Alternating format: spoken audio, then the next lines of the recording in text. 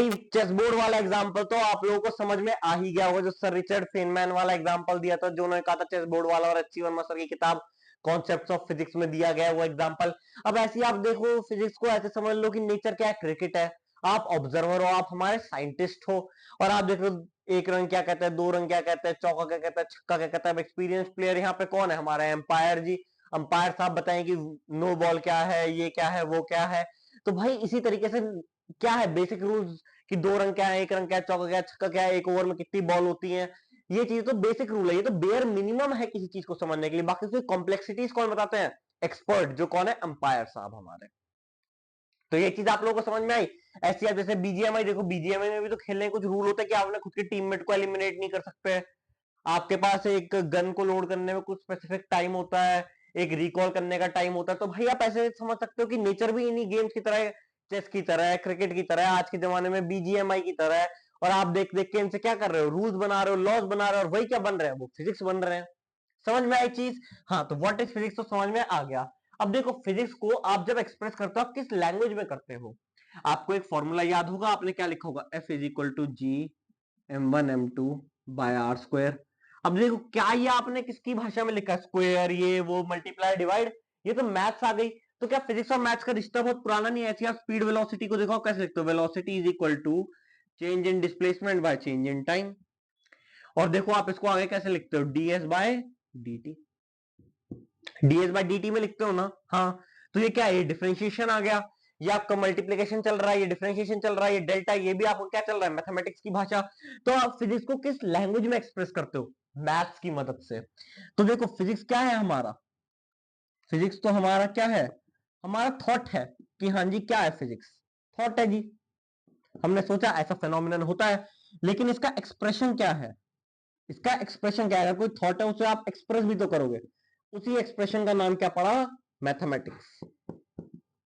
एच.सी. Verma sir क्या कहते हैं कि फिजिक्स इज दी, वो mathematics is the language of physics. H C. Verma sir ने क्या बोला, the renowned Indian physicist H C. Verma sir said mathematics is the language of physics.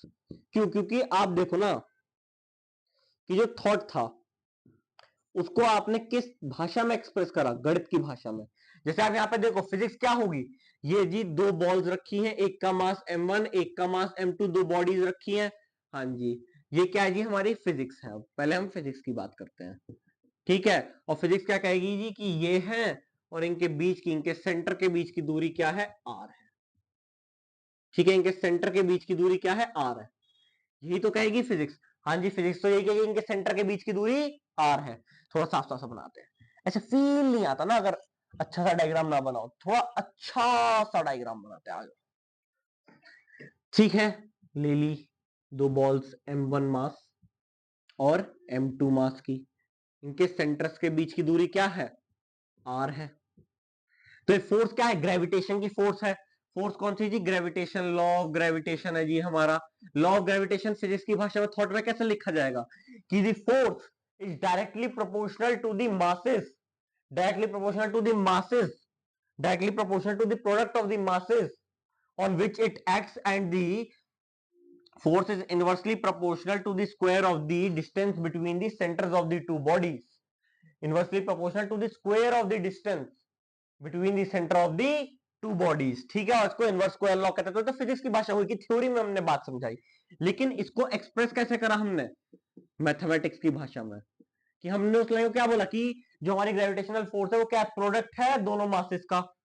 अच्छा जी, m1 m2, और हमने क्या लिखा, इनवर्स स्क्वायर लॉ से हमने ये लिखा। तो ये मैथमेटिक्स ही तो हम इस्तेमाल कर रहे हैं, F is equal to G m1 m2 by r square. इसी तरीके से आप वेलोसिटी देखो, वेलोसिटी को हमने क्या बोलते हैं फिजिक्स की भाषा में। ठीक है, तो थोड़ा सा क्लीन साइड पर इस एग्जांपल को समझते हैं, कि फिजिक्स और मैथ्स का रिश्ता बहुत पुराना है, बहुत ज्यादा जैसे कहना चाहिए।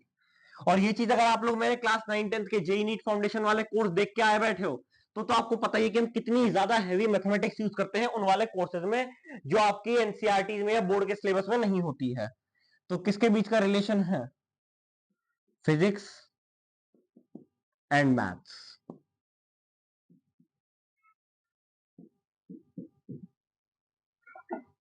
फिजिक्स और मैथ्स के बीच का रिश्ता क्या है? जैसे आपने देखो क्या किया, एक बॉडी है, ये v वेलोसिटी से चल रही है, ये ओवर द टाइम कुछ डिस्प्लेसमेंट कवर करेगी s और कुछ टाइम t में करेगी।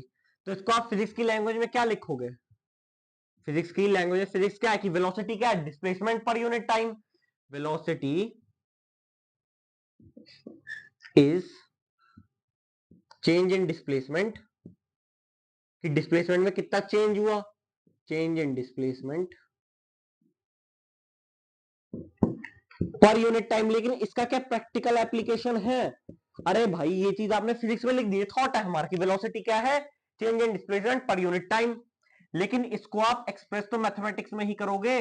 इसको एक्सप्रेस करने की जो भाषा है उसका नाम क्या है? मैथमेटिक्स। कि वेलोसिटी क्या है? Change in displacement per unit change in time, s2 minus s1 by में t2 माइनस t1। और इसी को अगर हम इंस्टेंटेनियस अगर जो लोग 9th 10th से जेई नाइट की तैयारी कर रहे हो उनको इंस्टेंटेनियस का मतलब पता होगा, एक पर्टिकुलर इंस्टेंट पे। नहीं पता तो अभी से इग्नोर करो, ds बाय dt। तो ये भी तो हम मैथमेटिक्स का इस्तेमाल कर रहे हैं। ये समझ लो कि आपको मैं मोशन चैप्टर पढ़ाऊंगा, अगर नहीं पढ़ा मैं पढ़ा दूंगा वहां पे, कोई चिंता की बात नहीं है। तो फिजिक्स में क्या है? थॉट। मैथमेटिक्स क्या है? उसकी लैंग्वेज। इसलिए एचसी वर्मा सर कहते हैं mathematics is the language of physics. और कुछ मैथमेटिशियंस थे जिनका ये तक कहना था, मैथमेटिशियन ऑफ फिजिसिस्ट का, कि मैथमेटिक्स वो भाषा है जिसमें भगवान ने ये दुनिया बनाई है, जिसमें भगवान ने यूनिवर्स बनाया है। Mathematics is the language of God. क्यों? क्योंकि देखो नेचर बना, नेचर को हम अंडरस्टैंड करते हैं फिजिक्स की मदद से। फिजिक्स को बताते किस तरीके से है? मैथमेटिक्स में। तो लोग इसलिए कहते हैं मैथमेटिशियन जो फिजिसिस्ट होते हैं, बहुत से मैथमेटिशियन फिजिसिस्ट ये मानते हैं कि mathematics is the language of God, कि मैथमेटिक्स लैंग्वेज ऑफ गॉड है। ये चीज समझ में आ गई कि हाँ जी मैथमेटिक्स को भगवान की भाषा माना जाता है, कि भगवान की भाषा है। या इसके लिए हम लोग कई बार ये ऑल्टरनेटिव कोट भी यूज करते हैं कि mathematics is the language in which God composed the universe. Mathematics is the language. ये समझ लो कि जैसे हम कोडिंग होती है ना, आज के जमाने में कोडिंग एक सॉफ्टवेयर बनाते हैं, ऐसी भगवान ने एक सॉफ्टवेयर बनाया। भगवान जी ने एक सॉफ्टवेयर बनाया, उसकी कोडिंग उन्होंने कौन सी भाषा में करी? मैथमेटिक्स में। और उसी को हम समझने की कोशिश करते हैं। Mathematics is the language in which the God made this universe. कहानी में फील आया? हाँ, कि मैथ्स और इसका रिश्ता बहुत पुराना है और मैथमेटिक्स की कई ब्रांचें काम में आती है फिजिक्स में। जैसे कि कौन कौन सी ब्रांचेस काम में आती हैं? एक आती है ट्रिग्नोमेट्री, वेरी यूजफुल, ट्रिग्नोमेट्री काम में आती है।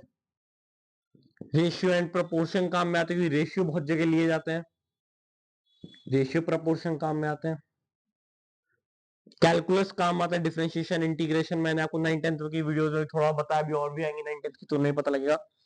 तो ये कई सारी ब्रांचेस काम में आती है वैसे तो, लेकिन ये 3 मेजर ब्रांचेस है, ट्रिग्नोमेट्री, रेशियो एंड प्रोपोर्शन और कैलकुलस।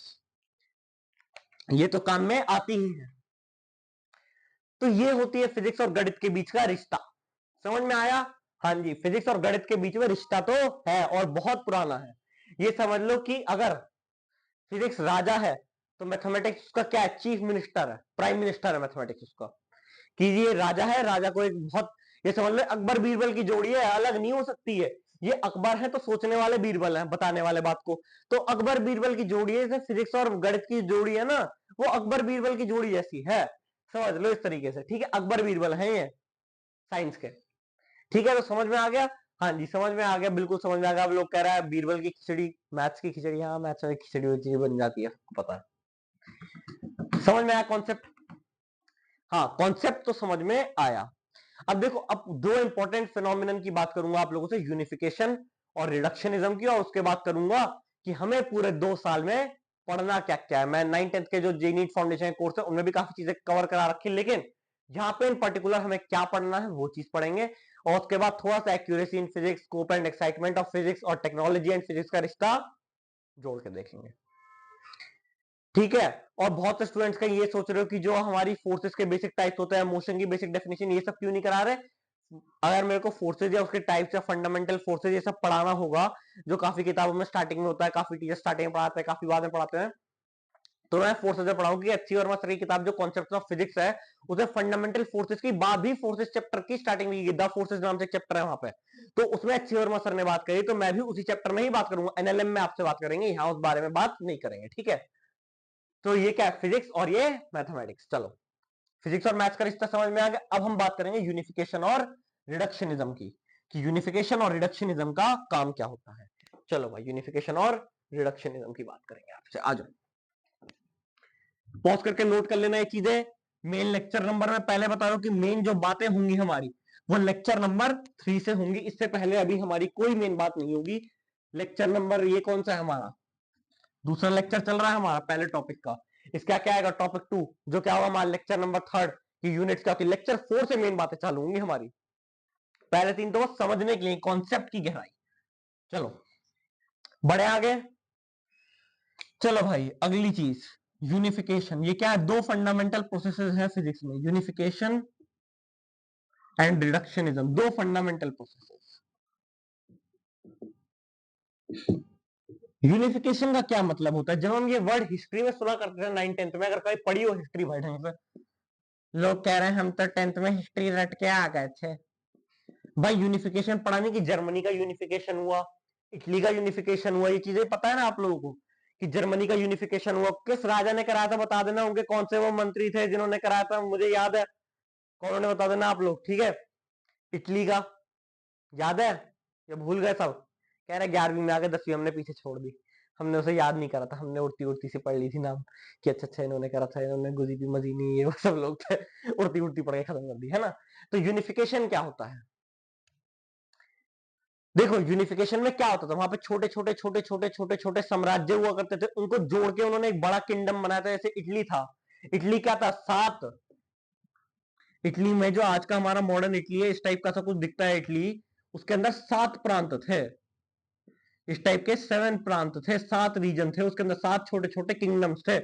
1 2, एक तो शायद द किंगडम ऑफ सिसिली, इस तरीके से भी कुछ नाम थे, द किंगडम ऑफ ये, और एक हमारे पास वो भी हुआ करता था जो सिटी हमारी होती है वेटिकन सिटी, ये सब भी आता था। तो इटली के 7 प्रांतों को, 7 किंगडम्स को मिला के एक अंपायर बना था, जिसका क्या नाम था, इटालियन एम्पायर, इटलियन एम्पायर।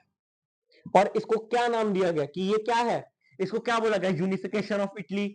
ऐसे ही हमारा इंडिया था, जब ब्रिटिश छोड़ के गए थे, अंग्रेज इंडिया को छोड़ के गए थे, तब क्या हुआ था, इंडिया के बहुत सारे छोटे छोटे छोटे छोटे प्रिंसली स्टेट्स थे, आई गेस 300 400 या उससे भी अबव थे।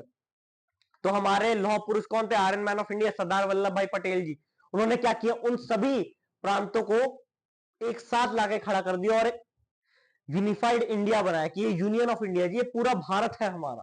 वरना आज हम क्या कर रहे होते हैं, एक छोटी सी जगह से जाने के लिए दूसरी जगह में जाने के लिए क्या कर रहे होते, वीजा ले रहे होते हम तो, अगर सरदार वल्लभ भाई पटेल जी नहीं होते। तो सरदार वल्लभ भाई पटेल जी ने भी क्या कहा था, यूनिफाई करा था इंडिया को। ऐसी इटली यूनिफाई हुआ, तो ये मैंने एग्जांपल इटली क्योंकि आपको याद होगा 10th की हिस्ट्री में, ठीक है। तो ये चीज क्या है, यूनिफिकेशन, कि हमने छोटे छोटी चीजों को मिला के एक कर दिया। अब ऐसी फिजिक्स में इसका क्या काम है, चलो फिजिक्स में समझाते हैं ना इसका काम। ये तो हमने इटली के इतिहास की बात कर ली, इसका क्या काम था यहाँ पे, कुछ भी नहीं। चलो भाई, तो यूनिफिकेशन का मतलब, यूनिफिकेशन मतलब एक कर देना। तो अब फिजिक्स में कई सारे ऐसे फेनोमिनन होते हैं जिनको हम एक ही चीज से समझा सके, phenomena, multiple phenomenon, multiple phenomenon, कि कई सारे फेनोमिना किस तरीके से एक्सप्लेन किया जाता है, could be explained by one unified law, कि एक यूनिफाइड लॉ के माध्यम से कई सारे फेनोमिनन एक्सप्लेन करे जा सके, उसको हम क्या कहते हैं, यूनिफिकेशन। और ये क्या है, दो फंडामेंटल प्रोसेस है फिजिक्स में। तो यूनिफिकेशन का क्या मतलब होता है, जैसे एक है हमारा क्या, सबसे पहला एग्जांपल लॉ ऑफ ग्रेविटेशन, ठीक है। इसको हमने कैसे पकड़ा, देखो F of G, G m1 m2 by r square, ये न्यूटन इनवर्स स्क्वायर लॉ है, केपलर्स लॉ से निकाला गया था, मैं आपको बाद में बताऊंगा।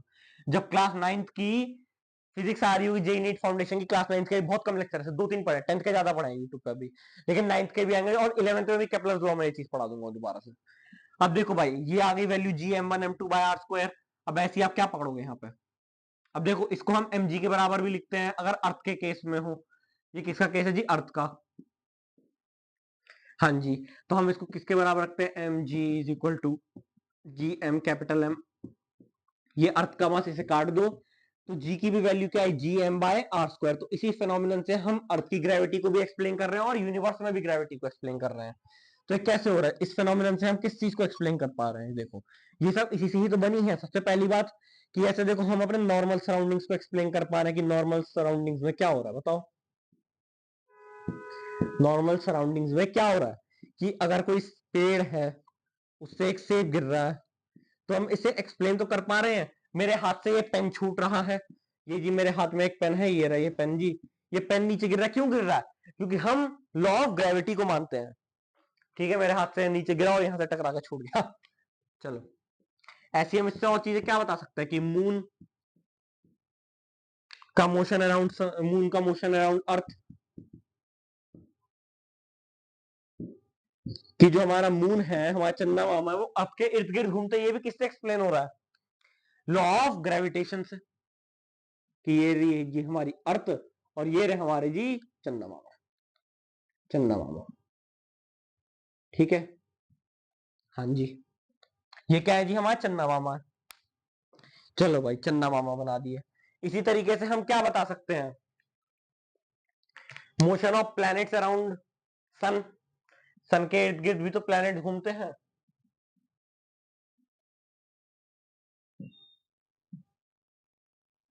Motion of planets around sun, sun के इर्द गिर्द भी तो घूमते हैं। ये रहे जी हमारा सूरज चाचू, तो सूरज चाचू रहे, तो ये हमारा क्या हो गया, मरकरी, ये प्लैनेट्स आ गए। इस तरीके से सारे प्लैनेट्स घूम रहे हैं भाई सन के अराउंड।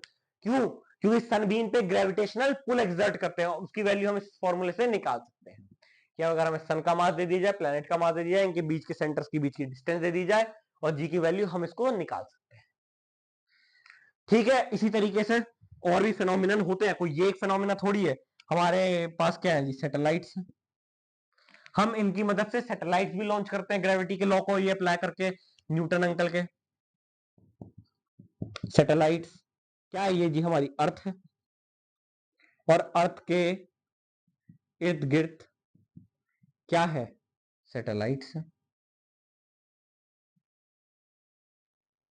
अर्थ के इर्द गिर्द क्या है, सैटेलाइट्स जो इंसानों ने लॉन्च करी, उसे भी तो लॉन्च करने से पहले कुछ सोचा गया होगा, ऑर्बिटल वेलोसिटी ये वो सब इसी की मदद से समझते हैं।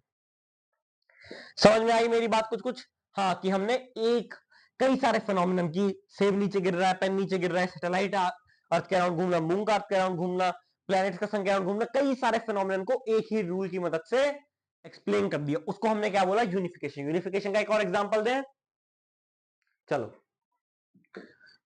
चलो भाई, ऐसी इलेक्ट्रोस्टैटिक फोर्स होती है, उससे भी हम कई सारे फिनोमिनन को एक्सप्लेन कर सकते हैं। जैसे रदरफोर्ड अल्फा स्कैटरिंग एक्सपेरिमेंट का भी एक पार्ट आएगा, वो आप लोग केमिस्ट्री में पढ़ेंगे।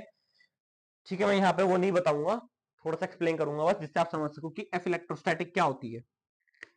एफ इलेक्ट्रोस्टैटिक क्या होती है, 1/4 पाई ई नॉट, ये तो हो गया अपना constant, Q1 Q2 bye r square. ठीक है, हाँ जी।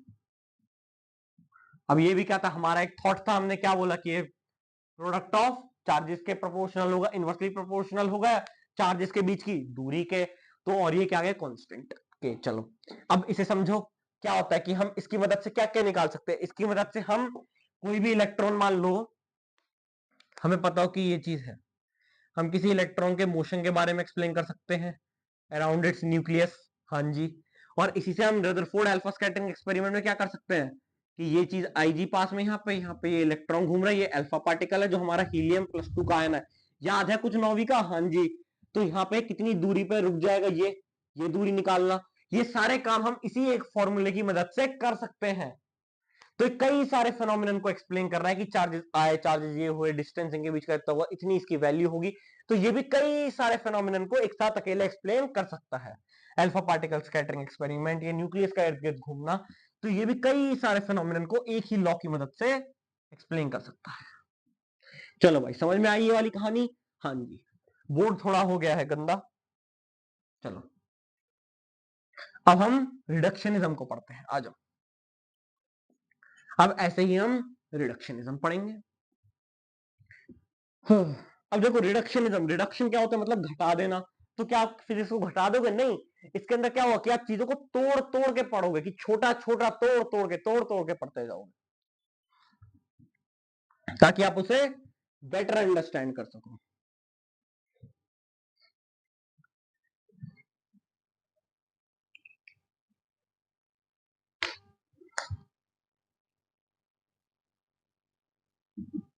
रिडक्शनिज्म क्या कहता है? ये वो प्रोसेस है फिजिक्स का, ये फिजिक्स का वो प्रोसेस है जिससे आप एक एक चीज को तोड़ तोड़ के पढ़ते हो। The process by which one studies each constituent part, constituent मतलब उसको बनाने वाला part, each constituent part separately, कि एक एक पार्ट को आप अलग कर करके पढ़ते हो। उसको हम क्या कहते हैं? रिडक्शनिज्म कहते हैं। उसको हम क्या कहते हैं? रिडक्शनिज्म कहते हैं। तो उस प्रोसेस का नाम क्या है? रिडक्शनिज्म। चलो भाई ठीक है, तो रिडक्शनिज्म की डेफिनेशन समझ में आई? हाँ जी, रिडक्शनिज्म क्या होता है समझ में आ गया हम लोगों को। चलो भाई, की क्या प्रोसेस है जिससे हम एक एक पार्ट को कॉन्स्टिट्यूएंटली तोड़ तोड़ के पढ़ते हैं? जैसे याद है मैंने आपको कुछ समय पहले एक डीसी मोटर का वीडियो दिया था, क्लास 10 वालों नहीं देखा जाकर देख लेना, फील ले लेना थोड़ी सी। ठीक है, तो उसमें बताया था ना कि मैंने किस तरीके का जी ये होता है हमारा, ये यहाँ पे जी ये पूरा कनेक्शन होता है, यहाँ पे जी कॉपर ब्रशेज होते हैं इस तरीके से। अभी मैं डायग्राम ऐसी बना रहा हूँ, कोई कुछ नहीं कहेगा मेरी अच्छी खासी ड्राइंग को। ठीक है, यहाँ पे रियोस्टैट होता है इस तरीके से, यहाँ पे जी ये लगी होती है नॉर्थ, ये लगी होती है साउथ, इसके ऊपर हमें जो भी घुमाना होता है, चाहे वो व्हील हो चाहे वो फैन हो कुछ भी हो, वो लगा होता है। और इस तरीके से ये क्या करता है? इलेक्ट्रिकल एनर्जी को मैकेनिकल में कन्वर्ट करता है। तो इसके लिए और यहाँ पे क्या लगे होते हैं? ये क्या होता है? Split rings. तो डीसी मोटर को क्या हम कैसे अलग अलग करके पढ़ा था? हमने तोड़ तोड़ के पढ़ा था एक एक पार्ट को अच्छे से समझने के लिए। कैसे पढ़ा था हमने जी? स्प्लिट रिंग के बारे में पढ़ा था, स्प्लिट रिंग्स के बारे में पढ़ा था हमने, कॉपर ब्रशेस के बारे में पढ़ा था, वो कार्बन ब्रशेस के बारे में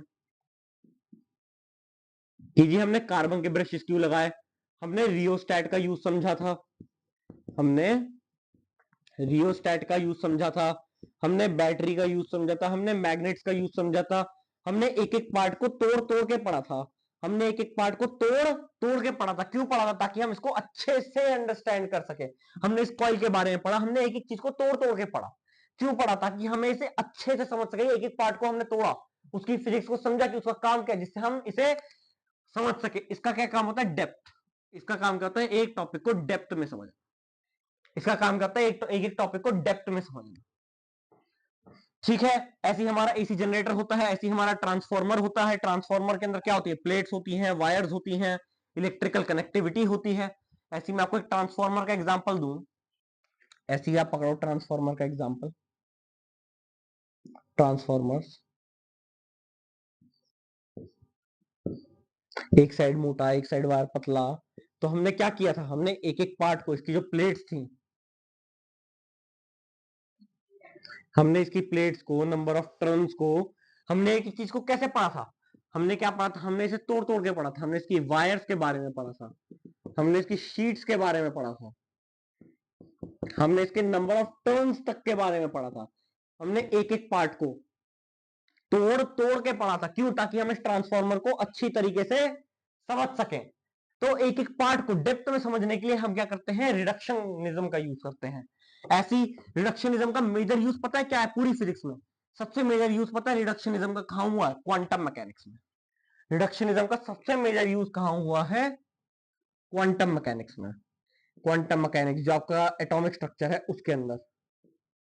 क्योंकि अब देखो ना, हमने क्वांटम मैकेनिक्स में क्या करा? क्वांटम मैकेनिक्स में हमारे पास ऑप्शन था हम सारी चीजें छोड़ दें, तब भी हमने क्या करा? हमने एन बनाया प्रिंसिपल क्वांटम नंबर, हमने प्रिंसिपल क्वांटम नंबर बनाया, हमने एल बनाया, हमने एम बनाया मैग्नेटिक क्वांटम नंबर, हमने एस बनाया, हमने इनके रूल्स बनाए, हमने इनके रूल्स बनाए। ठीक है, हमने प्रिंसिपल क्वांटम नंबर बनाया, एजीमुथल क्वांटम नंबर बनाया, हमने एजीमुथल क्वांटम नंबर बनाया, हमने मैग्नेटिक क्वांटम नंबर बनाया, हमने इसके टाइप्स डिफाइन करे, एस पी डी एफ, एक पर्टिकुलर वैल्यू की रेंज डिफाइन करी, हमने रूल्स बनाए, अबाउट रूल, हुन्स रूल, ये चीज 9th-10th के बच्चों को नहीं पता होती, but trust me, if you were a 9th to 10th student, learning about rule and Hund's rule that early on would have definitely helped you as it helped me also in Olympiad level content. Because if you are preparing for Olympiads and TSC and NSE and TSC and majorly chemistry Olympiads of some organizations tend to ask about atomic structure, तो reductionism का इस्तेमाल यहाँ हुआ कि नहीं हुआ? Quantum mechanics में बहुत हद तक रिडक्शनिज्म का इस्तेमाल हुआ है, तो क्वांटम मैकेनिक्स को इसलिए अलग तरीके से पढ़ा जाता है। अब दो ब्रांचेस, दो मेजर ब्रांच में फिजिक्स को हम तोड़ेंगे, माइक्रो और मैक्रो, माइक्रो फिजिक्स और मैक्रो फिजिक्स के दो ब्रांचेस में हम फिजिक्स को तोड़ देंगे, ठीक है। और उसके अंदर हम लोग लास्ट में लिखेंगे कौन कौन से हमने चैप्टर पढ़ने हैं, उसके बाद scope and excitement of physics, technology and physics. तो ये थोड़ा सा आपका पार्ट लंबा है पिछले वाले से, लेकिन कोई चिंता की बात नहीं है, ये लास्ट का टॉपिक से 5 से 10 मिनट का है। चलो समझ में आ गया रिडक्शनिज्म का काम? हाँ जी, रिडक्शनिज्म का काम क्या है, हमने एक एक कॉन्स्टिट्यूएंट पार्ट को तोड़ तोड़ के पढ़ा। हमने शेप पढ़ा, हमने ऑर्बिटल की वो पढ़ी, ओरिएंटेशन, हमने ऑर्बिटल के अंदर सब कुछ पढ़ा, हमने शेप ऑफ पढ़ा, शेल, हमने ऑर्बिटल की, हमने वो पढ़ी सबशेल की ओरिएंटेशन, हमने ऑर्बिटल की कॉन्फ़िगरेशन पढ़ी, हमने उसके वो देखा, उसका स्पिन देखा, हमने सब कुछ देखा। इसी तरीके से हम फिजिक्स को दो ब्रांचेस में डिवाइड करते हैं, एक होती है माइक्रो फिजिक्स, अब कोई कह रहा है तो इकोनॉमिक्स जैसा लग रहा है, और एक होती है हमारी मैक्रो फिजिक्स, मैक्रो फिजिक्स। अब मैक्रो फिजिक्स में हम बड़ी बड़ी चीजों की बातें करते हैं, और माइक्रो फिजिक्स में किसकी बातें करते हैं, एटॉमिक लेवल पे जाके जो चीजें होती हैं, एटॉमिक लेवल। जैसे क्या होते हैं हमारे एटॉमिक मॉडल्स होते हैं, न्यूक्लिया एक चैप्टर पढ़ेंगे आप लोग 12th में, वो हो गया, हमारे क्वांटम मैकेनिक्स हो गया। इन चीजों को हम लोग किसमें पढ़ते हैं, माइक्रो फिजिक्स में, एटॉमिक लेवल। और मैक्रो फिजिक्स में देखो, मैं एक चैप्टर का नाम यहाँ पे लिखूं कोई फायदा नहीं, मैं आपको वर्बली बताया। तो सबसे पहली बात तो हम पढ़ते हैं इसके अंदर काइनेमेटिक्स।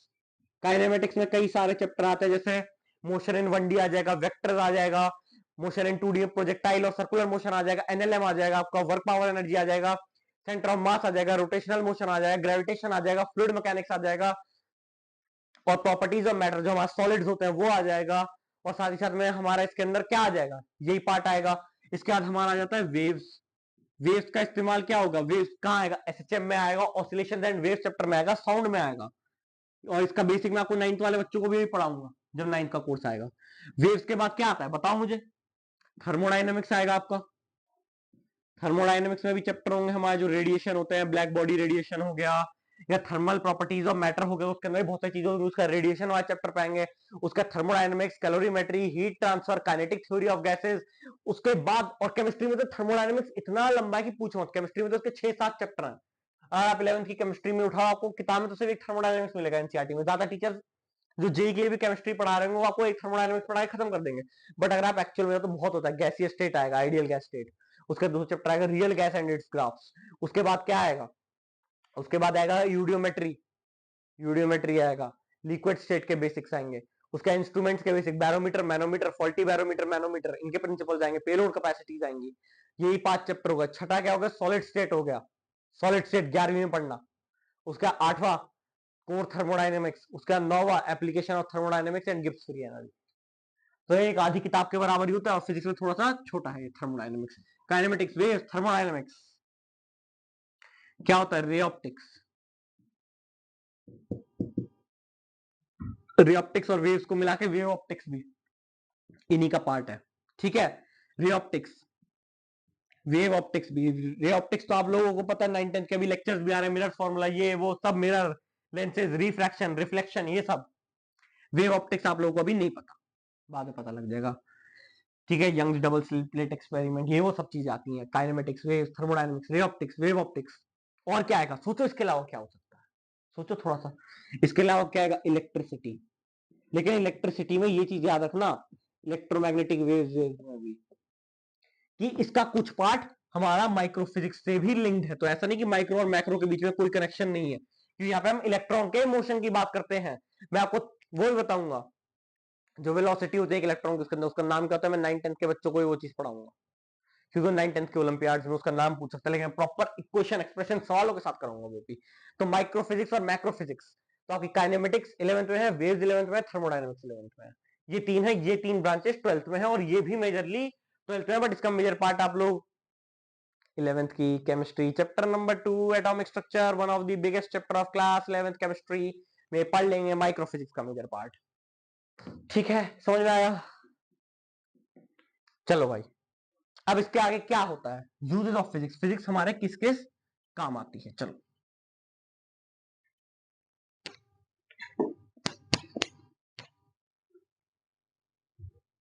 इसके आगे मैं कोई टॉपिक नहीं लूंगा, फिर आपका बेसिक्स ऑफ यूनिट्स टॉपिक ही चालू करा जाएगा। चलो ठीक है भाई, बढ़े आगे।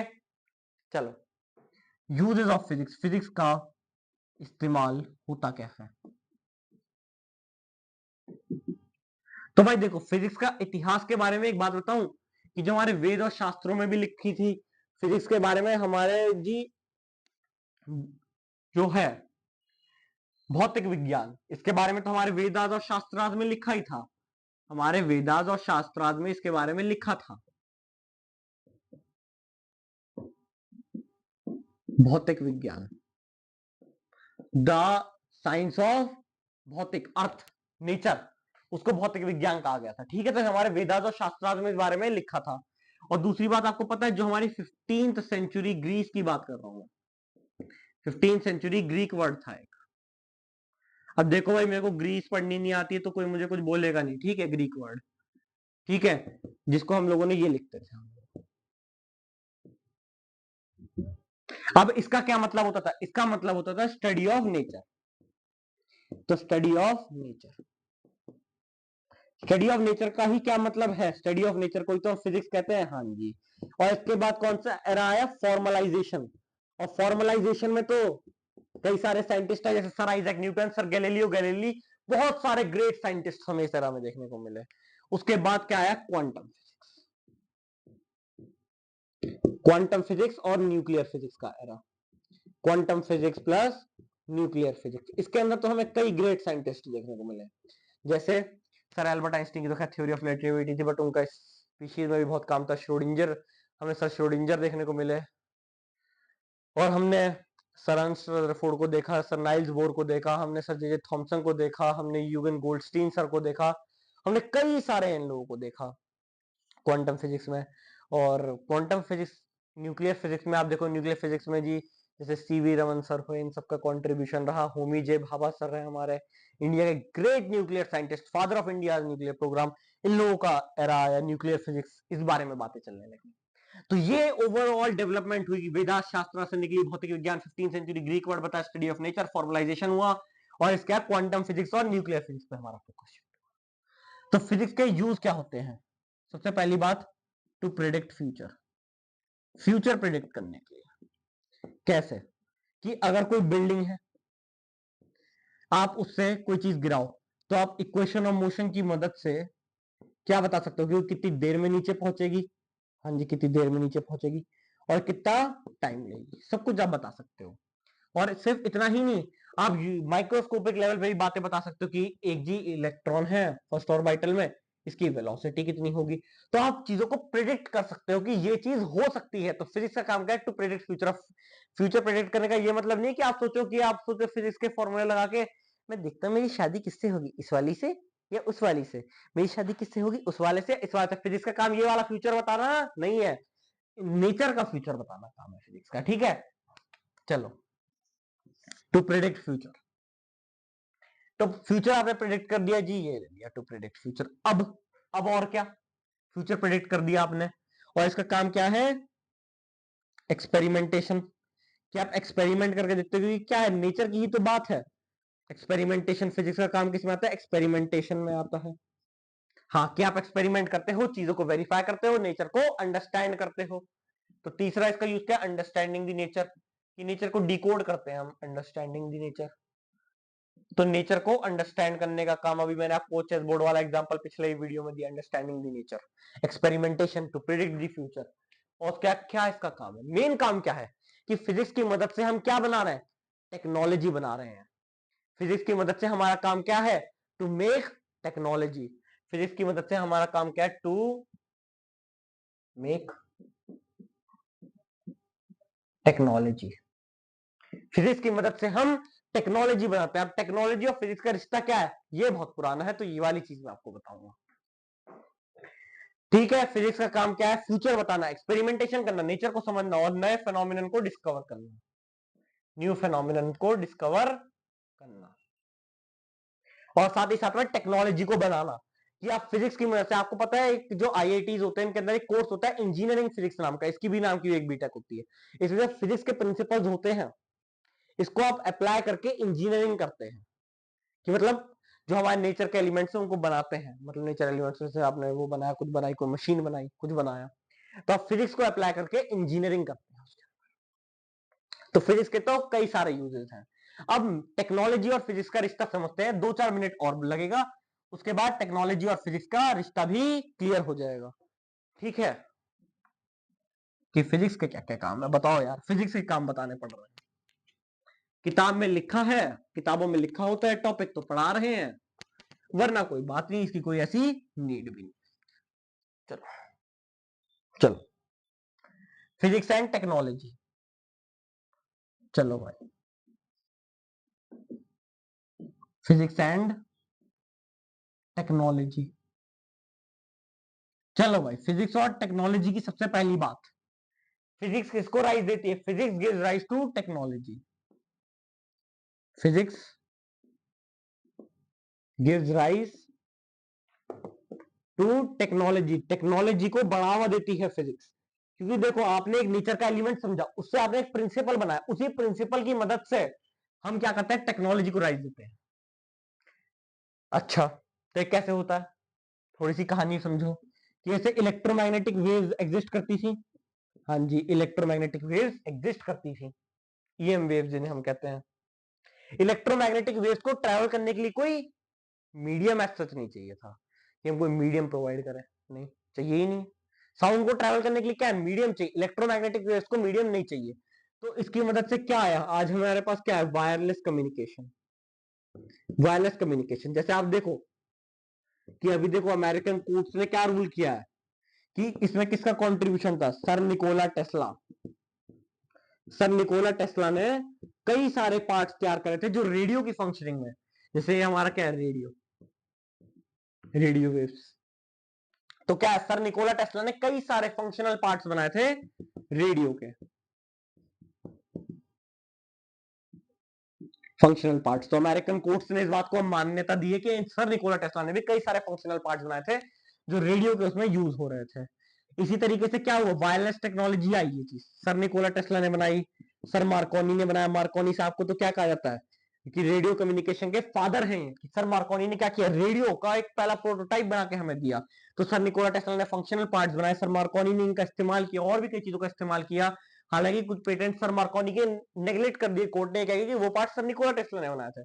But in the and in लोगों का कॉन्ट्रीब्यूशन तो था ना रेडियो में। तो रेडियो मतलब ईएम वेव्स के प्रिंसिपल के बेसिस पे इन लोगों ने टेक्नोलॉजी तैयार करी। हाँ, और उसी टेक्नोलॉजी का इस्तेमाल करके हमें वायरलेस कम्युनिकेशन मिली, जिससे आगे चल के नेटवर्किंग डेवलप हुई, कि नेटवर्क सिस्टम डेवलप करेगा, सिम डेवलप हुई, ये सब चीजें हुई। इसी तरीके से आप देखो क्या था, इलेक्ट्रोमैग्नेटिक इंडक्शन पढ़ा है, हाँ जी पढ़ा है आपने, Faraday's law of electromagnetic induction. मैंने आप लोगों को 10th वाले बच्चों को बताया भी, Faraday's law of electromagnetic induction. ठीक है, Faraday's law of electromagnetic induction आया, और साथ में क्या आया, हमारे पास ऑल्टरनेटिंग करंट का कॉन्सेप्ट आया, alternating current over direct current. और इन्हीं चीजों का इस्तेमाल करके क्या हुआ, इन्हीं चीजों का सर निकोला टेस्ला ने इस्तेमाल किया और क्या बना दिया हमारे लिए, सर निकोला टेस्ला ने इस्तेमाल करके क्या बना दिया, वर्किंग इलेक्ट्रॉनिक करंट मॉडल्स, कि जिससे पूरे पूरे शहर पावर होते हैं भाई। आज के टाइम में पूरे पूरे शहर पावर होते हैं ऑल्टरनेटिंग करंट से।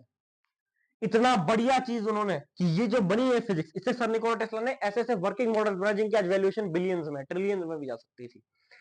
तो उन्होंने ये चीजें बनाई जो आज हमारी लाइफ को सपोर्ट कर रही है टेक्नोलॉजी। और हम सोचते हैं कि ये फिजिक्स से ही तो उठी है भाई, कोई सपने में थोड़ी आई थी, सपने में थोड़ी आई थी किसी के, कि सपने में आई और काम हो गया जी, हमने बना दी, 4 स्क्रू जोड़े हो गया काम।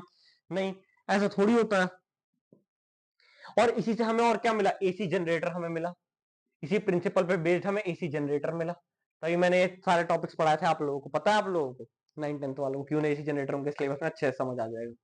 इसी से हमें एसी जनरेटर मिला, इसी से हमें बहुत सारे अदर फेनोमिनन्स को वेरीफाई करने में मदद मिली।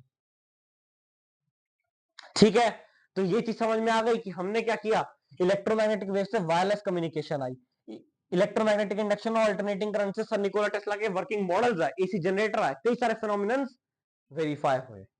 तो फिजिक्स ने कई सारे प्रकार की टेक्नोलॉजी को भी राइज दिया। इसी तरीके से क्या है, बस इसके बाद हमें यह बताना है कि टेक्नोलॉजी की मदद से फिजिक्स को राइज कैसे मिली, कि कोई टेक्नोलॉजी आई उसकी मदद से हमें फिजिक्स में राइज, बस, और हो गया आज का। ठीक है, एक्यूरेसी वाला कॉन्सेप्ट एरर एनालिसिस में होता है कि एक्यूरेसी की जरूरत क्या होती है। यहां तक फील आएगा, वहां फील आएगा। चलो एक एग्जांपल और देते हैं, क्वांटम मैकेनिक्स आई। हाँ जी, क्वांटम मैकेनिक्स आई। क्वांटम मैकेनिक्स ने नैनोटेक लेवल पे बात करी। हाँ जी, हम इसे नैनोटेक में इस्तेमाल करते हैं। क्वांटम मैकेनिक्स का इस्तेमाल नैनो टेक्नोलॉजी की डेवलपमेंट में हुआ, उससे सिलिकॉन चिप्स बनाई गई, उससे सिलिकॉन चिप्स बनाई गई। साइंटिस्ट ने इनको पढ़ा और आज ये कहां इस्तेमाल हो रही है, कंप्यूटर्स, जो हमारी मेजर डोमिनेटिंग इंडस्ट्री है, मोबाइल इंडस्ट्री, फोन, जिसमें आप ये लेक्चर देख रहे हैं, तो इन जगहों पे, टीवी इन जगहों पे, और जितने भी हमारे नेटवर्किंग डिवाइसेस हैं उन सब में इनका इस्तेमाल हुआ है, जितने भी हमारे नेटवर्किंग डिवाइसेस हैं उन सब में क्वांटम फिजिक्स से नैनोटेक आया, नैनोटेक से सिलिकॉन चिप्स बनी। साइंटिस्ट ने इनको स्टडी करा और इसका इस्तेमाल इंजीनियर लोगों ने computer, mobile, TV, networking devices में करा। तो फिजिक्स और टेक्नोलॉजी, फिजिक्स और इंजीनियरिंग दोनों का बहुत प्यारा रिश्ता है। ठीक है, हाँ जी। अब इसका बाद क्या टेक्नोलॉजी भी फिजिक्स को कुछ दे सकती है, टेक्नोलॉजी भी क्या फिजिक्स को कुछ दे सकती है, क्या technology, technological demands gives rise to new rules in physics। इस चीज को समझो कि टेक्नोलॉजी की जब डिमांड बढ़ती है ना, तो आपको उससे जुड़ी फिजिक्स तक एक्सप्लोर करनी पड़ती है। पता है ये चीज आपको, कि जैसे देखो ये रिसोर्स की बात होती है, जैसे हमारे पास क्या था, स्टीम इंजन था। अब स्टीम इंजन कब हुआ, जब ब्रिटेन में आया, आपको पता है जब इंग्लैंड में ही आया, तो स्टीम इंजन जो थे, जो स्टीम इंजन थे, इन्होंने इंग्लैंड में एक इंडस्ट्रियल बूम ला कर रख दिया। इंडस्ट्रियल बूम का क्या मतलब होता है कि इंडस्ट्रीज एक्सपैंड हो गई। अगर थोड़ी बहुत हिस्ट्री पढ़ी हो 7वीं 8वीं में, क्या होता है, इंडस्ट्रीज एक्सपैंड हो गई क्योंकि इनका इस्तेमाल हर जगह होने लग गया। तो ये क्या थे, इनएफिशिएंट थे, ये क्या थे, इनएफिशिएंट थे, इनएफिशिएंट थे। अच्छा जी, लेकिन ओवर द टाइम इनएफिशिएंट क्यों थे, क्योंकि कंजम्पशन ज्यादा थी, आउटपुट उस हिसाब से था नहीं। तो साइंटिस्ट ने हीट इंजन को पढ़ा, साइंटिस्ट ने थर्मोडायनेमिक्स को पढ़ा। साइंटिस्ट ने किसकी मदद ली, थर्मोडायनेमिक्स के प्रिंसिपल्स की, वो तो पहले से थे। थर्मोडायनेमिक्स की मदद उन लोगों ने ली, साइंटिस्ट लोगों ने, और उसके बाद क्या हमारे सामने बना के रख दिया, उसके बाद उन लोगों ने हीट इंजन को स्टडी करा, कार्नोट्स हीट इंजन। उसका इसी का इस्तेमाल करके नई तरीके की फिजिक्स निकाली गई और डीजल इंजन बनाया गया। और आपको पता है, आप देखिए सर होमी जे भाभा, हमारे great nuclear scientist, father of Indian nuclear program, sir Homi J Bhabha, sir Homi Jehangir Bhabha. Okay, तो सर होमी जे भाभा ने क्या देखा कि इंडिया के पास क्या है, थोरियम रिच नेशन है, थोरियम रिच नेशन है, लेकिन न्यूक्लियर पावर उस समय किस पे ऑपरेट हो रही थी, यूरेनियम ऑपरेट थी, यूरेनियम पे ऑपरेट हो रही थी। तो सर होमी जे भाभा ने 3 लेयर डिजाइन बनाया। सर होमी जे भाभा ने क्या बनाया, 3 लेवल डिजाइन बनाया, जिसके अंदर थोरियम का इस्तेमाल हो रहा था, और इंडिया ने दूसरा लेवल सक्सेसफुली अभी अचीव कर लिया कुछ दिन पहले, जो इंडिया के लिए एक टेक्नोलॉजिकल अचीवमेंट है। तो सर होमी जे भाभा ने क्या देखा कि इंडिया थोरियम रिच है लेकिन यूरेनियम रिच नहीं है। इंडिया का थोरियम का वर्ल्ड में सबसे बड़ा हिस्सा इंडिया के पास है थोरियम का। तो यूरेनियम भी पूरा नहीं चाहिए, यूरेनियम का एक न्यूक्लियर पार्ट चाहिए होता है, न्यूक्लियर रिएक्टर्स का, जिसके अंदर एनर्जी प्रोड्यूस होती है। तो लेवल 1 में हम यूरेनियम इस्तेमाल करते हैं, लेवल 2 के एंड से लेके लेवल 3 में थोरियम का इस्तेमाल होता है। तो उन्होंने वो प्लान डिजाइन किया, वो उस समय एग्जीक्यूट नहीं हो पाया क्योंकि sir Homi Jehangir Bhabha died in a plane crash. तो प्लान एग्जीक्यूट हो नहीं पाया और इंडिया का न्यूक्लियर प्रोग्राम कई साल पीछे चला गया। लेकिन फिर भी ये काम चलते रहे और फाइनली इंडिया स्टेज 2 पे आ गया है और 3 लेवल का डिजाइन था ये, जिसमें थोरियम का जो रिसोर्सफुलनेस है इंडिया में उसका यूटिलाइजेशन करना था। तो आई होप ये लेक्चर समझ में आया होगा। अगले लेक्चर से हम यूनिट्स की बात करेंगे कि 1 मीटर क्या होता है, 1 किलोग्राम क्या होता है, इसके बारे में बात करेंगे और पूरी दुनिया में ये यूनिफॉर्मिटी कैसे लाएगी। उसके बाद से हम फिजिक्स में मेन जेईई एडवांस के सवाल लगाने चालू करेंगे।